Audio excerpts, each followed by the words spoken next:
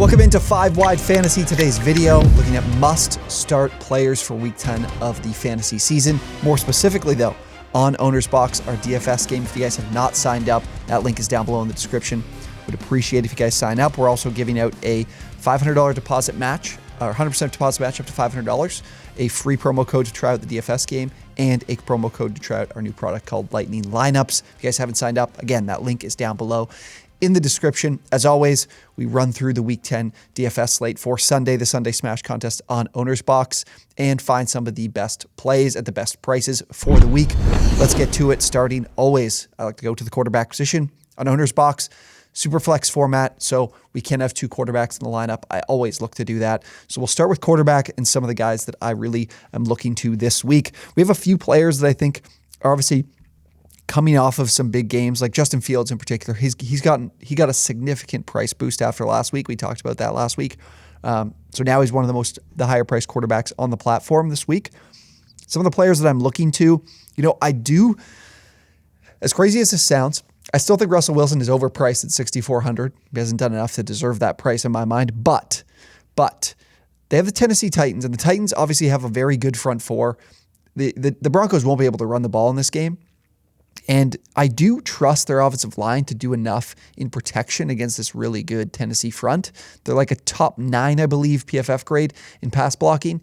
So if they can do enough to give Russ some time, there is the chance that he can give us a somewhat productive fantasy output. But the total in this game, the betting total is like 36.5. It's one of the lowest in years. So the sports books don't seem to think that's going to happen. But some other players that I'm looking to, Jared Goff in a decent matchup with Chicago's defense. Andy Dalton. The Steelers are dead last in fantasy points allowed to wide receivers. Dalton is someone that I could look to as a stack with potentially Chris Olave. I do really think that's a decent way to go. And as well, Jacoby Brissett. I think that the Browns are going to struggle, I think the Browns are going to struggle to run the ball, and they may need to lean on Brissett a bit more in this game. So he could be a potential option, and always someone that on a QB sneak could find the end zone on the ground as well. So those are some of the guys I'm looking at and considering this week. I want to start with Brissett. I think Brissett is a good place to get us in at a low price, and always looking to stack him. Stack for me would be Donovan Peoples-Jones. He's giving us a great floor week to week. I don't want to, because this isn't like my biggest investment on the week. I'm not looking to add like the high price player like Amari Cooper. I like to go to one of the lower priced options. Peoples-Jones is way too low priced for a player that's been giving us 10 to 12 fantasy points each and every week for the last 5 weeks. So I'm going to go with him, and then I'm going to spend up on this second quarterback.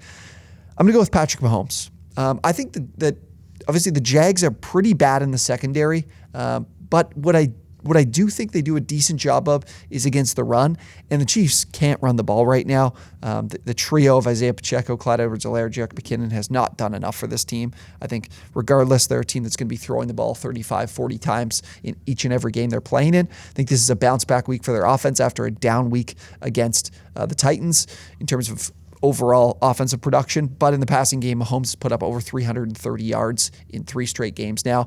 And I'm going to go to a higher priced option to pair with him, and it's going to be Travis Kelce. Because I don't really want to mess with what is a really clogged up wide receiver core for the Chiefs of Kadarius Toney, Sky Moore, Juju Smith-Schuster, Marquez Valdes-Scantling, Mecole Hardman, Justin Watson. Did I even say Sky Moore? There's like 6 guys in this offense on the wide receiver side that are competing for touches.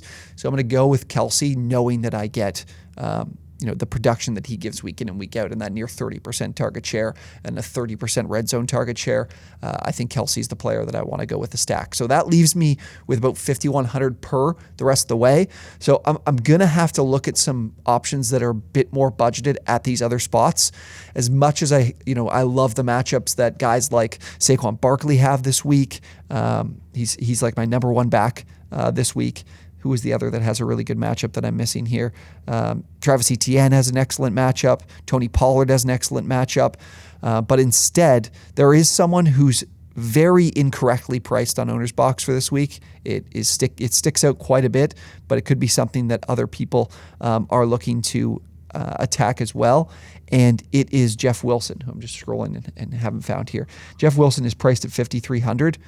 I do think that he is in an excellent matchup, both him and Raheem Mostert. That makes for a really advantageous spot for both of these guys, but Wilson seems to have the edge in this backfield, so I do like being able to go with Wilson. Now, he's priced over that 5,100, so I do still need to make my way down here to some of these even cheaper priced options. Jaylen Warren, the Steelers have been talking obviously coming off the bye week, there's a chance they involve Jaylen Warren more, and they've been talking about doing exactly that, Mike Tomlin has.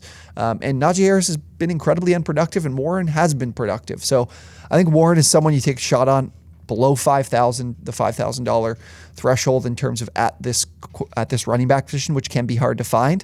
The other one that I do think deserves some discussion is Khalil Herbert as well. Khalil Herbert, I'm forgetting now his price. He's at 5,400. He's someone to definitely consider this week. And then if you look at some of these other players at that really low salary, Chase Edmonds, I don't think that the Broncos will be able to run the ball in this game. And Edmonds can play that receiving role really well. They obviously don't have a lot of faith in Melvin Gordon at this point. So he's someone you could look to. Another one being, what's going to go on in LA. Cam Akers is very low priced on OwnersBox right now, 4,500. I'm not looking to go for him, but he's someone you could consider. But that's a lot of the cheaper priced options there. So I'm going to come back to the running back position a little bit later, but let's go look at wide receiver and again look for some of these guys at that lower price as well, and who could be potential play in this matchup. So I'm seeing guys like Marquez Valdez-Scantling. I could go with a third guy in that stack spot. But one player I do want to go to is Zay Jones. Zay Jones is the number 2, it looks like, in this team in the target department. He is that outside option going against the Chiefs here. In a game I expect the Jags to be trailing in. They're on the road at Kansas City. This is a game they'll probably have to be throwing their way back into, and Jones is that outside option that can give us a big play in this game. I like Jones as a very cheap option, 4,500 on the week. So that gives us, in these last 2 flex spots, about 5,500 to spend between these last 2 spots. So I'm going to look at some players in and around that price. Some guys that do stick out would be the Jerry Jeudy and Courtland Sutton. Like I mentioned, these are 2 guys that are top 15 in deep targets on the season. That's just kind of Russ's profile as a passer. Does like to push the ball downfield. Hasn't hit nearly enough. These guys, I think, are only having like a 30% catch rate on these deep targets, which are 20 plus yards. But in a match against the Titans, it's really Christian Fulton is definitely a talented corner that you don't want to necessarily go against. He's been good. He has like a below or right around 50% catch rate, but the rest of these corners in this defense are allowing a passer rating above 100. So I do think that Jeudy and Sutton could be players that can give us that explosive week. Jeudy, I think, is more likely to avoid Fulton as he plays out of the slot a bit more. So I'm going to go with Jeudy. He does have more deep targets than Sutton does on the season. I believe Judy's actually like in the top 8. So I think Judy's an excellent option this week. And then that gives me about 5,500 left to spend for this last spot.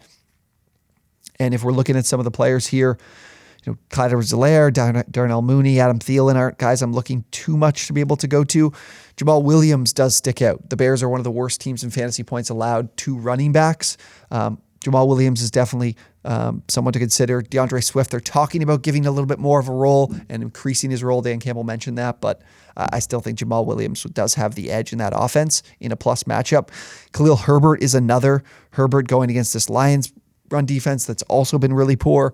And I do think that now we're in a game script that Herbert, who hasn't been involved enough as a receiver, is only like a 4% target share. But in this matchup, they should be able to potentially be leading this game, and Herbert should get a bit more work than he did last week.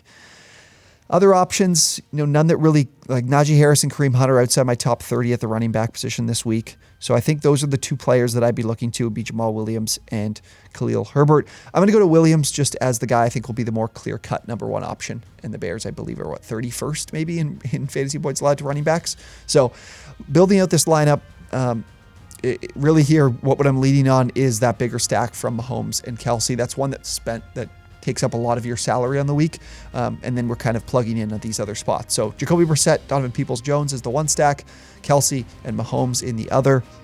Then we have Jeff Wilson and Jaylen Warren at the running back position. Wide receivers are Donovan Peoples-Jones and Zay Jones, and then Jerry Jeudy and Jamal Williams fill out the flex spots. All right, that's everything for Week 10. Some of my favorite plays on OwnersBox this week. Again, that link is down below to sign up. $10 for DFS, $10 for Lightning lineups, a 100% deposit match. If you guys haven't signed up yet, go do that now. Awesome game mode. If you haven't checked out Lightning lineups, tons of fun on just like the single slates, the night slates as well. So check that out for Sunday. Thank you guys for watching, and we'll see you next time.